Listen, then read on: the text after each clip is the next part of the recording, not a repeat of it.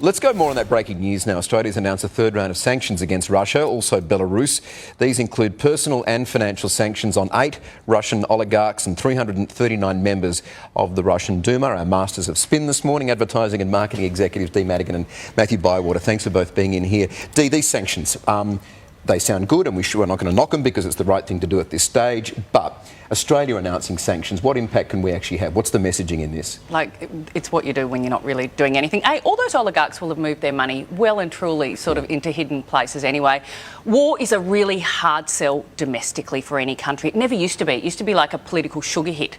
But I think the Afghan war changed that. So Australia doesn't want to look like we're committing much to it, and sanctions are a way of doing stuff without doing stuff. Matthew, Marise Payne's suggesting she wants to try and follow the UK and the US's lead in issuing personal sanctions against Putin.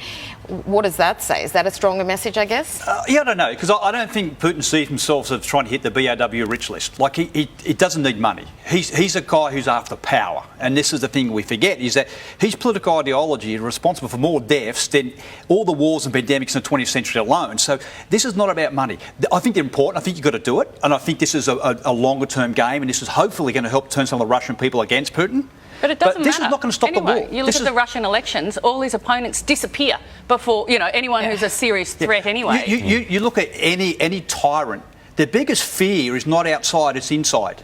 That's why you look at Mao, you look at Mugabe, you look at any of these tyrants, they're always fear from uprising. That's why they kill so many people. They have to take out the insiders. That's why this week Russia has limited Facebook access. Yes. That's where they're going to sort of. But interestingly, that hasn't stopped quite significant protests in Moscow on numbers that Putin's not used to seeing on the streets. It doesn't matter. The fear that's over there, will mean that his popularity is assured. Whereas other leaders, and we've seen this in America, particularly the war on Afghanistan, where even the hardcore Republican base ended up saying enough is enough. They're the ones who have got a lot more politically to lose in this. What does it say about leaders? You've got Putin, who's obviously an egomaniac. He's saying he's going to do so. Also almost backed himself into a corner. But then you've got people like Joe Biden talking tough, but then, oh no, we're not putting troops on the ground. I was really surprised at Biden's speech because it did wedge him when he knew politically he can't really be putting troops on the ground except under the cover of a NATO alliance. I thought it was really ill-advised politically because it's going to make him look weak. But there's an old saying, say what you're going to do and then do what you're going to say. And he did. He did. Obama did this with, was it Syria? There's a red line, do not cross the red line. They overstepped the line?